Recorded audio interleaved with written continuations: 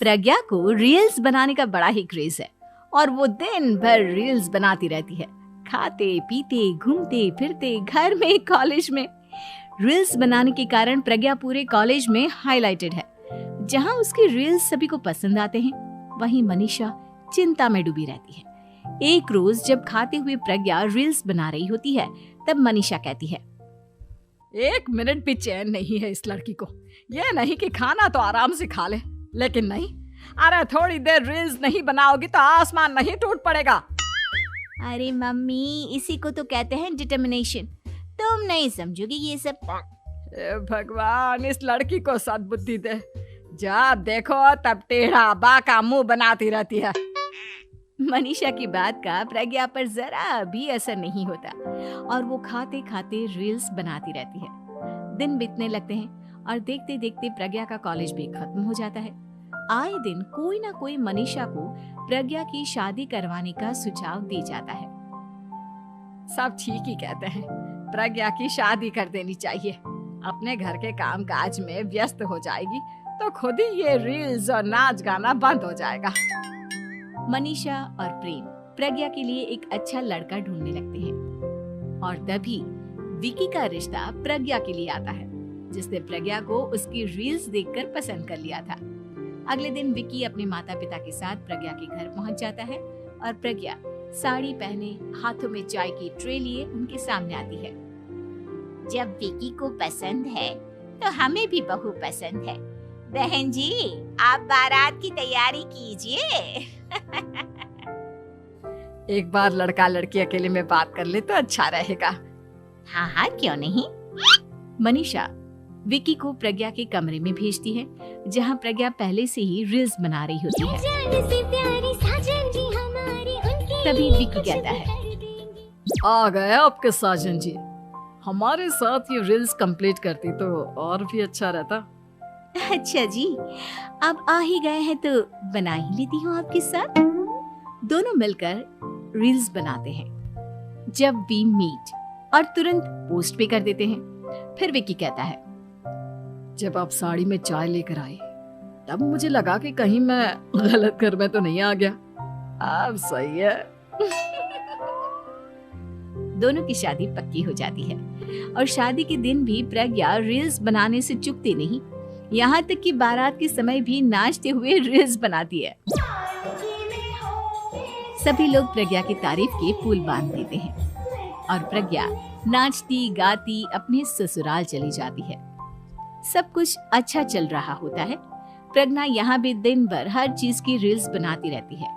लेकिन कुछ दिनों के बाद जब सुनीता कहती है, बहू, ये रील्स के साथ साथ कुछ काम भी कर लिया करो। वैसे तुझे और क्या क्या बनाना आता है? मम्मी जी, वैसे तो सब कहते हैं कि मैं सब कुछ अच्छा बनाती हूँ, लेकिन मुझे लगता है कि मैं मैगी अच्छा बना लेती हूँ। हाँ, कॉफी भी अच्छा बना लेती हूँ और मुंह तो सबसे अच्छा बना लेती हूँ। हैं? अच्छा अच्छा। सुनीता अपना माथा पकड़ लेती है और कहती है, बहू, कुछ खाना बनाना भी सीख लेती। मम्मी जी, मैं लंबी प्लानिंग कर रही हूँ।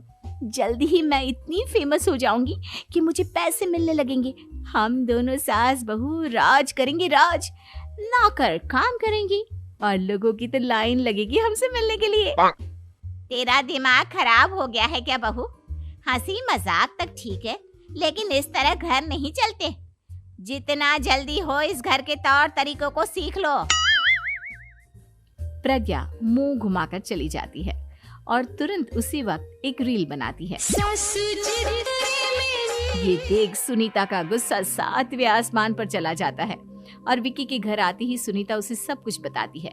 विकी भी अब प्रज्ञा की इन हरकतों से परेशान हो जाता है। तुम टेंशन मत लो मम्मा, मैं देख लूंगा। विकी कमरे में जाता है तो देखता है कि प्रज्ञा रील्स बना रही है। विकी बड़े ही प्यार से प्रज्ञा से कहता है, प्रज्ञा, इन सब के लिए मैं तुम्हें मना नहीं कर रहा हूँ, लेकिन फिर भी हर वक्त तो ये अच्छा नहीं लगता ना। समझने की कोशिश करो, मुझे भी तुम्हारा थोड़ा वक्त चाहिए। मैं जब ऑफिस से आता हूँ तो मुझे समय देने की जगह इसी में लगी रहती है। तुम ज्यादा ही सोच रहे हो। तुम भी मेरे साथ रील्स बनाओ ना, तुम्हें भी बहुत अच्छा लगेगा। तुम्हें इज्जत से कोई बात समझ में नहीं आती क्या? दिमाग खराब हो गया है तुम्हारा इस चकाचौंध से। अगर तुमने अपना रवैया नहीं बदला तो मैं तुमसे दूर चला जाऊंगा। तुम ही रिश्ता लेकर आए थे, मुझे लड़कों की कमी नहीं थी और ना आज है। विकी दरवाजा पटककर चला जाता है। धीरे धीरे विकी प्रज्ञा से दूर होता जाता है। एक रोज मनीषा प्रज्ञा के ससुराल उससे मिलने जाती है। तब सुनीता उससे कहती है, बहन जी, अब आई हैं तो कुछ दिन यहाँ रहकर जाइएगा, आप ही का घर है। हाँ मम्मी, बहुत दिन हो गए तुम्हारे साथ एक भी रील नहीं बनाई मैंने। प्रज्ञा तुरंत अपने फोन में रील्स ऑन कर लेती है। ये सब मुझसे नहीं होता। तेरा ये भूत अभी तक नहीं उतरा क्या? बहन जी, आप कुछ कहती नहीं क्या इसे? जब आप ही कुछ नहीं कर पाई तो मैं कर ही क्या सकती हूँ। सास तो वैसी ही बदनाम है। शाम को घर की लाइट चली जाती है और मनीषा प्रज्ञा से कहती है, मेरे घुटनों में बहुत दर्द हो रहा है, तू लाइट का कुछ इंतजाम करना बेटा। अच्छा, कैंडल जला देती हूँ मम्मा। प्रज्ञा गाते हुए कैंडल जलाती है और खिड़की के पर्दे के पास रख देती है। मनीषा, जिसे बहुत दर्द हो रहा है, वो सो जाती है और प्रज्ञा हमेशा की तरह अपने रील्स में लग जाती है। उधर कैंडल की वजह से पर्दा आग पकड़ लेता है और मनीषा के कमरे में आग लग जाती है। बचाओ, कोई है, बचाओ। सभी भागते हैं और विकी कमरे की आग बुझाने में लग जाता है, लेकिन तब तक मनीषा आधी जल चुकी थी। मनीषा की हालत देख प्रज्ञा रोने लगती है। विकी मनीषा को तुरंत हॉस्पिटल ले जाता है और उसे एडमिट कराता है। विकी प्रज्ञा से कहता है, देख लिया ना, तुम्हारे इस नाच गाने की वजह से आज तुम्हारी माँ की जान जाते जाते रह गई। अब पता नहीं तुम और क्या चाहती हो। उधर डॉक्टर कहते हैं, इनकी हालत बहुत नाजुक है, आधे से ज्यादा जल चुकी है। प्रज्ञा रोती हुई मंदिर में जाती है और भगवान के आगे जाकर कहती है, भगवान, मेरी माँ को ठीक कर दो। मैं कसम खाती हूँ हाथ से ये रील्स बनाना छोड़ दूंगी, बस मुझे मेरी माँ वापस मिल जाए। 2 दिन बीत जाते हैं और मनीषा खतरे से बाहर आ जाती है। पेशेंट अब ठीक है, आप लोग उनसे मिल सकते हो। सब कोई मनीषा से मिलता है और प्रज्ञा सबके सामने अपना फोन तोड़ देती है। मुझे माफ कर दो मम्मा, मैंने तुम लोगों की बातों को नजरअंदाज किया। बेटा, कोई भी चीज जरूरत से ज्यादा खराब है। मैंने तुम्हें रील्स बनाने से कभी मना नहीं किया, लेकिन हर वक्त एक ही चीज तो सही नहीं है। मैं समझ गई हूँ मम्मा, आई एम सॉरी। प्रज्ञा उस दिन से रील्स बनाना छोड़ देती है और पूरी तरह से अपने घर में लग जाती है।